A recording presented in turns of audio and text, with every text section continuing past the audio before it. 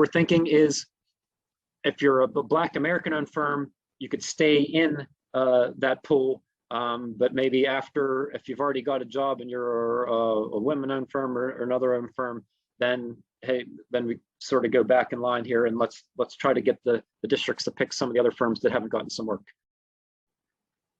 So again, that's policy in progress. I'm just explaining what's our vision and mission here and what we're trying to do. So another item that we need to work on, we want to market. Realize, and I have a screenshot of ECMS in there. Realize on PennDOT's side, we only see DBE and SBE. There's no discrimination between race. We don't see what type of firm each is. Again, it's just DBE and SBE. So what we want to do is develop marketing material just to let our districts and the consultant and contracting community know who are Black American-owned firms. And just again, we need to figure out a way to address the disparity study. And we, meeting with FHWA and getting feedback from the industry, we feel the appropriate way of doing that is through marketing. So I just want to restate some goals here that we developed the plan. So we want to increase participation in the DB pool of underrepresented firms, provide a successful framework, and eradicate any barriers to doing business with us. So this is easily measurable, the number of agreements going out, number of protege firms participating, getting their first project, number of dollars going to those firms, and then on the construction side, most importantly, additional pre-qualification codes that the DB firms are obtaining. So the programs here now, we actually could start measuring some of these basic statistics. So we have 8 construction projects and 7 consultant projects that are out on ProRank Academy in the planned advertisement phase. So the benefit of you becoming familiar with ProRank Academy is I post them out there before they get into ECMS. So I want to encourage the use of ProRank Academy.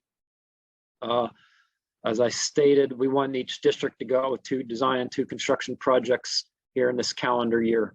FHWA would like this to make this a part of our Bureau Equal Opportunity DBE program. So it's not a pilot program. It is pilot in that we're developing it as we go here and listening to feedback as we get to each step. But hey, we're not going to stop at a year. We'll keep on going if this is a successful way of growing that pool of DBs.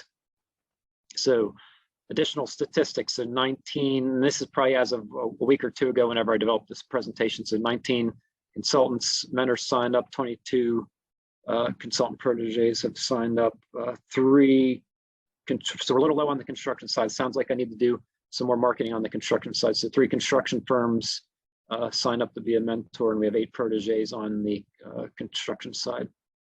So as we're getting a lot of questions, and I'll go over them here shortly, we felt we need to set up another virtual forum here. So we probably have a 4-hour forum on September 19th set up. We'll get the invite out here shortly. It'll be hosted by ProRank, just to walk everybody through the process again, because we're getting a lot of questions. All right, so let's start with the questions that we're getting. Did we get FHWA approval yet? No, I ate lunch with Alicia Nolan from FHWA. It was on Monday, so asked for a favor, said, hey, could we please get this FHWA approval? Basically, they have seen a signed approval letter from USDOT that they wanted, there's a attorney level beyond that, yet that they wanted to check it before they provide that approval to us. But hey, we're saying that's a good thing. We're still learning as we go here. So I'd say it's okay that we didn't start yet, because we probably weren't as prepared as if we maybe started this program 6 months ago. So I'm glad it took us this extra couple months here to get going, just to help us prepare to make sure that we're successful moving forward. All right, do I attach, whenever let's say you're a prime, what do you attach to the statement of interest? Do you attach the MOU or anything? No, it's the same old, as it relates to ECMS, you're just going to answer the statements of interest questions as you normally do. And 2 of those questions are to be geared towards your knowledge of the Mentor-Protégé program and your ability to make that Mentor-Protégé program successful. So don't attach an MOU to it. Don't attach a work plan to it. So where does the MOU go? You email that MOU to the email address that I have on the screen there. So basically it goes to ProRank Academy. Can you modify the MOU? Yeah, I'm seeing that you're modifying the MOU. The consultant community, actually, I believe working through Leanne, I had consultants develop that for me as we did the research. So it was consultant developed, and I'm okay if you modify it. All right, when do I do a work plan? So I'd say you need to we have a work plan template for you just to get you started. You need to be aware that that's out there as you develop your mentor-protege relationship and figure out what projects you're going to bid on, who you're going to teamwork. But realizing you're not getting paid until you actually get a job.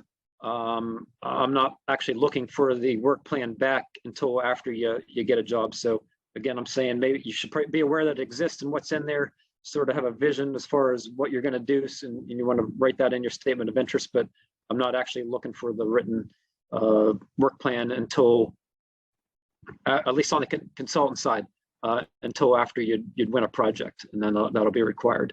On the construction side, that we have retired contractors lined up to help the new DBEs, so they're going to have a work plan available before you get a job. So I'd say it's different from consultant to construction. All right, mentors are signing up in the wrong location, and I'm sorry I don't have the ProRank Academy booted up on the screen here, so I don't want to jack forth. But if you go into ProRank Academy and you go to drop down, and it says Mentor-Protégé application, and you start filling that out. If you're a mentor, you do not. That's not where you go. That's only for the protege. So I'm getting a lot of feedback saying, why do I need to provide my business model and all the jobs that I've done and all this other private information there? So no, if you're a mentor, you just create a profile in ProRank Academy, like a Facebook profile, and that's how you sign up as a mentor. If you're a protege, then you fill that out. So what I asked ProRank Academy, and this is just on, I just got this one on Friday through Leanne. So again, as you hear these questions and concerns, feed them through me, because it's this constant feedback and what we got to do to make the program successful. So what I asked ProRank to do is, can we change the wording on that on their screen that says this is the protege application instead of the mentor-protege application, so it's not as confusing. All right, so what's the latest on the retired contractors? So thank you. Bob Latham has provided these. So this was something that Illinois Tollway, we sort of copied their idea from Illinois Tollway. So we have 4 retired contractors lined up to help new DBEs network with the established prime community and just help them bid on projects and navigate the process. So I got their names on the screen here: Mick Durando, popular name; Beth Murray, popular names; Stacy Inkle, and Craig Hoogstraten. So they will be helping out on the construction side. So I do not believe that they actually started yet, but that's going to be one of the next hot items that we're working on here on the construction side, getting them ready so new DBs could bid on the work. All right, so I don't want to stop at mentor-protege. Whenever I had the opportunity, whenever we had the disparity study in 2018, and there was follow-up meetings, and I was down at the Riverfront Office Center in Harrisburg, and I had the DB community in there, and the industry, and we put all these yellow stickies all over the board, and we want to do X, Y, and Z, and these are all the barriers. And what came out of that is, all right, hey, let's do a mentor-protege program. And some people raised their hand, why are we only doing one thing? And at the time it was, hey, we got to get something done. If we try to take on 10 items, we're not going to get anything done. So that was the mindset. So now that we got mentor-protege going, the pipeline going, let's tear down those other barriers. So thank you, Leanne Sherman. She has, through ACEC, has, there's a work group set up to reestablish an SB set-aside program. So if you're interested in that, see Leanne, she's leading that. So I'd say the purpose of that is, so the Mentor-Protégé, again, is to grow the pool of new DB firms, get new DBs some work. This is, I'd call it a next tier up. Let's help the smaller to medium size firms become established firms, and that if they, once they would graduate through the DB program, they're still going to be successful after they leave it, and just sort of increase that participation, allow the firms that have successfully gotten projects as subs to become primes now and be comfortable and continue to win projects as primes. So it's sort of a next tier up from Mentor-Protégé. Then additionally, so I have research going on now to eradicate other DBE and small business barriers. So there's the consultant side. What are the barriers out there? Let's got a good example on the screen here. So always hear not untimely payment of DB subs. I wouldn't, after going through this program and setting it up, and I have subs calling me now, man, I'm trying to make the program successful, but man, I would not want to be a DB sub. It's tough to try to start a new business. So I'm witnessing it firsthand as DB subs not getting paid on time. So we need to figure out what are options to do. So what basically we want to, let's log what are all the barriers on the construction side, on the consultant side, and then I call it a third category. If you're looking in at the Commonwealth, we have PennDOT and we have DGS. So you have federal dollars, you have PennDOT state dollars, you have DGS dollars, and then sometimes you could have 80-20 and mix all that, and you got to navigate their system and our system. We both have different programs, so that in itself is a barrier, just having to navigate through the Commonwealth system. So I want to capture what are all the barriers, and so we're doing that now, and then we're going to research others, contact other states, and contact FHWA to try to figure out if they know other states who are good at eliminating any of those barriers or have done so. And then we want to start plugging away at eliminating some of those barriers. So is it the IT solutions or whatever? So we want, there's a consultant team putting together this research. I want us to give it options. We're going to take it back to executive staff and just start plugging away at these additional barriers. So I don't want to stop at Mentor-Protégé program.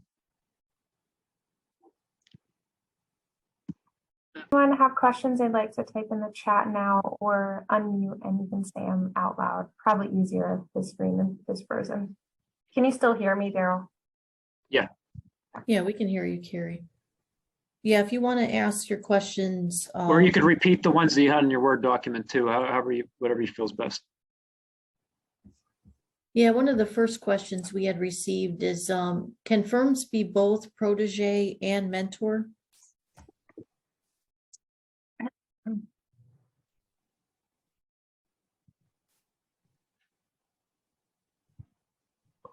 Would you be able to, you broke up as you were saying that, would you be able to Can a firm be both share your screen?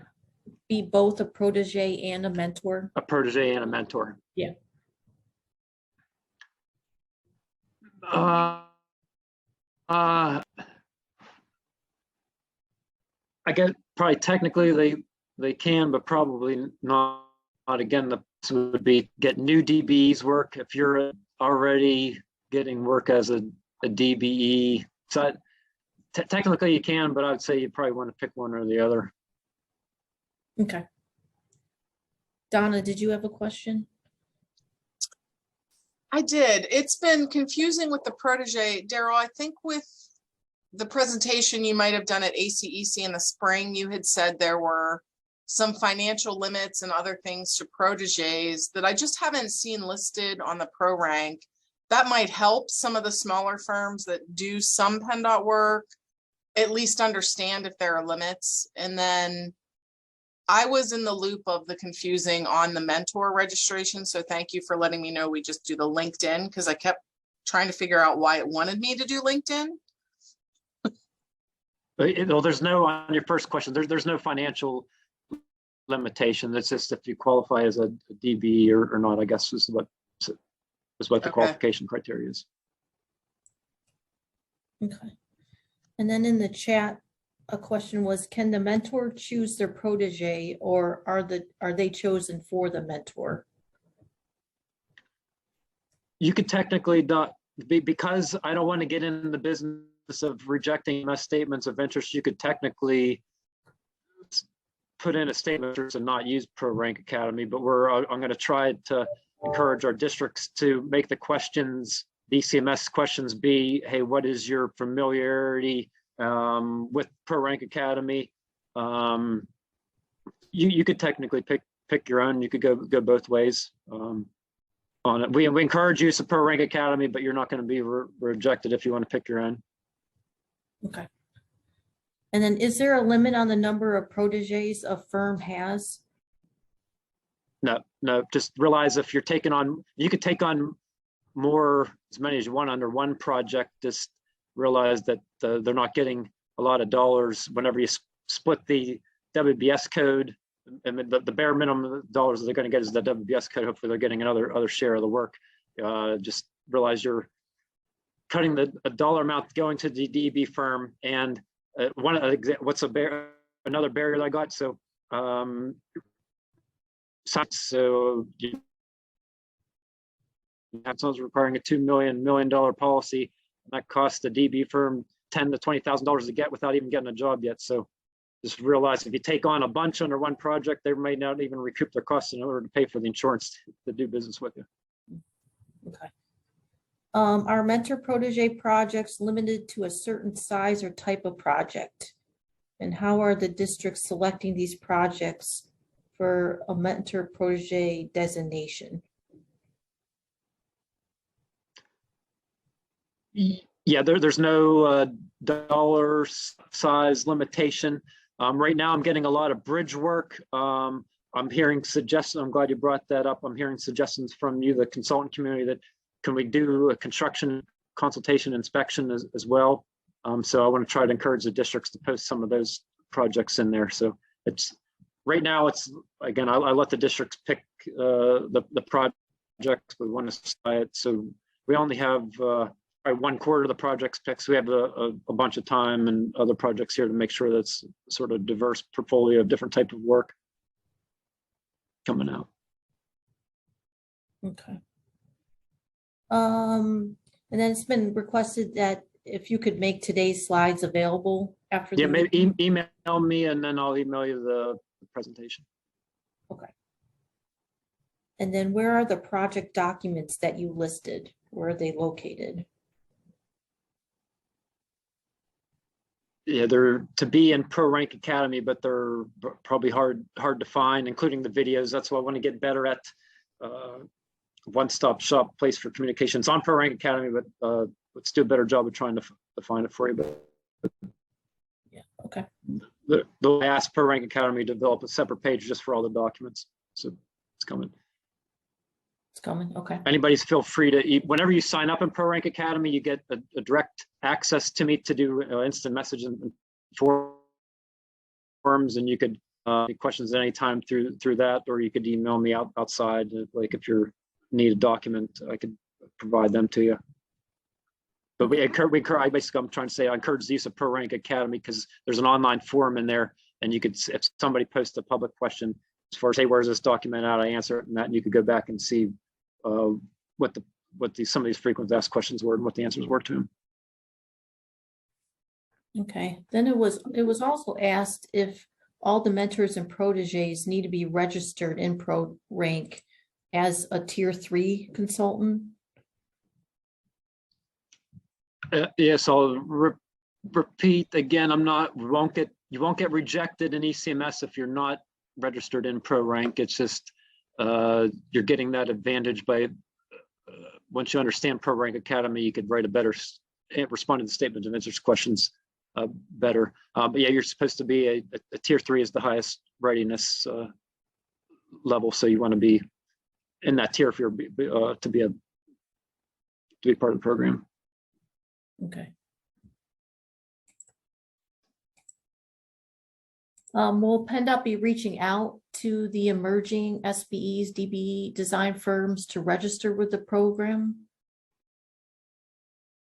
Pro Rank does that for us. So if they haven't, let me know. Yeah, but they maintain a list of all the DBs, SBs for us. Okay. And I also asked, as you sign up, I want to make sure you get confirmation that you did everything right and proper. So I have asked Chiron, as each person signs up, Chiron's to give you a personal phone call to say, hey, everything's good, or can you do X, Y, and Z was wrong. Can you change that? So we're trying to get a personal phone call back to each one of you as well as you sign up. I think the only other question on here that you haven't answered is there a final selection matrix or criteria that can be shared with the firms? I'll absolutely be creating this selection matrix just to show off the work that we're doing here. Because we haven't gotten FHWA approval yet, we have our districts are allowed to take it up. They could advertise. They just can't be awarded or selected in ECMS and announced. So they could advertise. They could do the plan project and they could advertise, but not award yet. So that's how far we're willing to take it right now until we get FHWA approval. But yeah, there'll be I would hope we do awards and everything else to help market this program as we move forward. Okay. Then another question here in the chat. One barrier that exists for submitting on PennDOT work are the criteria questions about previous PennDOT work and how the teaming partners performed on previous PennDOT projects. Is this something that will be addressed in the future? Well, yeah, so that's the number one feedback that Leanne Sherman had provided us.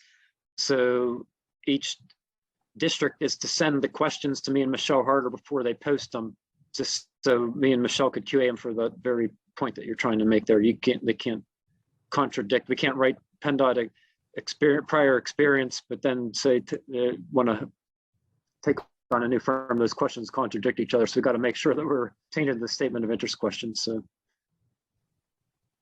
yep, that's definitely what we're trying to do here.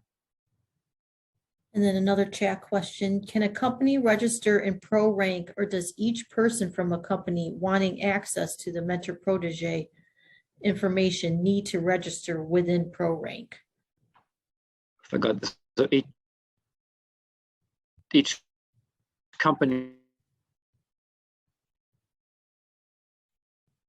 but you want to register as a company.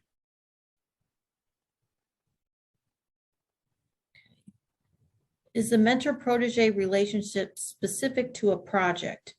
And can a protege partner with multiple mentors? Can a protege partner with multiple mentors when pursuing a project?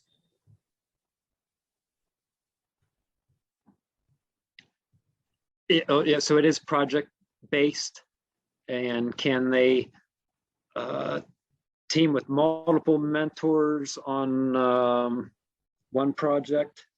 Mm-hmm. It's just like ECMS today. You could we see the same subs on multiple teams, so we're not gonna. You could absolutely do that. However, you on the consultant side may have your own relationships through that MOU that says, hey, for this project only, I want you to pick me. Don't pick anybody else. But that's what you folks do on your side. You could request them to be. Yeah, you could request them to be exclusive just to your team. Yeah. Okay. Okay, I think that's it for all the chat questions. Did anybody else have anything else, whether you want to speak on camera or through the chat? Oh, I think there's another one just came through.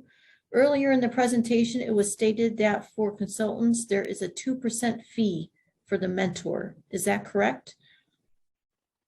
So envision it as if you're in the consultant, if you've done consultant work with PennDOT, 5% for project management meetings. This is where the concept came from, and you're allowed the maximum amount of dollars that you would get through the ECMS agreement would be 5% of the total value for project management meetings. Same concept as for this. So there'll be instead of project management meetings WBS code, there's going to be mentor-protege line item WBS code, and the maximum dollar amount that you're allowed to charge to that is 2% of the total agreement value. It's to the prime and the mentor, not just sorry, it's to the prime, or it's to the mentor and the protege, not just the mentor. So it's for both parties to get to share that money.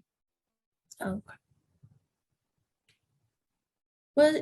Was it determined that 2 projects per year with mentor protege would move the dial on disparity, on the disparity? Yeah, I haven't done that detailed analysis. We're allowed to go. I told, like I was on a call with District 6.